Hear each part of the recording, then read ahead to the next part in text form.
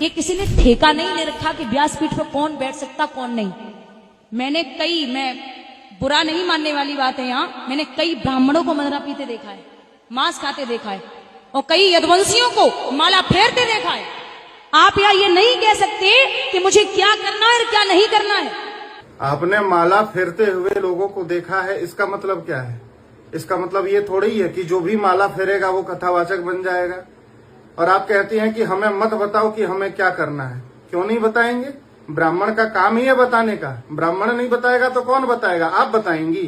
याद रखिए, भागवत का वचन है। आप भागवत कथा करती हैं, पर भागवत के बारे में आपको ज्ञान है? भागवत में ही लिखा है, वर्णा नाम ब्राह्मणो गुरु। सभी वर्णों का गुरु ब्राह्मण है। तो गुरु नहीं बताएगा तो कौन बताएगा? चेला बताएगा।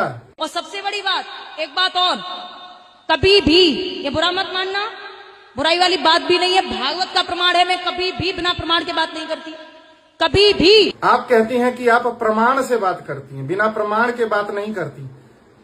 तो यदि आप प्रमाण से बात करती हैं तो भागवत कथावाचक कौन होना चाहिए, इसका प्रमाण आपको नहीं मिला भागवत में। भागवत के महात्म के 6ठे अध्याय में साफ साफ लिखा हुआ है कि कथावाचक कौन हो सकता है। बोले, विरक्तो वैष्णवो विप्रो वेद शास्त्र विशुद्धिकृत। विप्र का अर्थ क्या होता है? जन्मना ब्राह्मणो गेय, शुद्ध ब्राह्मण ब्राह्मणी के द्वारा जिसने जन्म लिया है, समय पर जिसका यज्ञोपवीत जनेऊ हुआ है और गुरु के चरणों में बैठकर जिसने शास्त्रों का अध्ययन किया है, वही विप्र है। व्यासपीठ पर बैठकर कथा बांचने का अधिकार केवल शुद्ध ब्राह्मण को है, जिसका आचरण भी शुद्ध हो। जो शराब पिए वो नहीं, जिसका आचरण भी शुद्ध हो और जन्मना जो शुद्ध ब्राह्मण हो, उसी का अधिकार है। झूठ मत बोलिए, ये झूठ अधिक दिन तक टिकता नहीं है।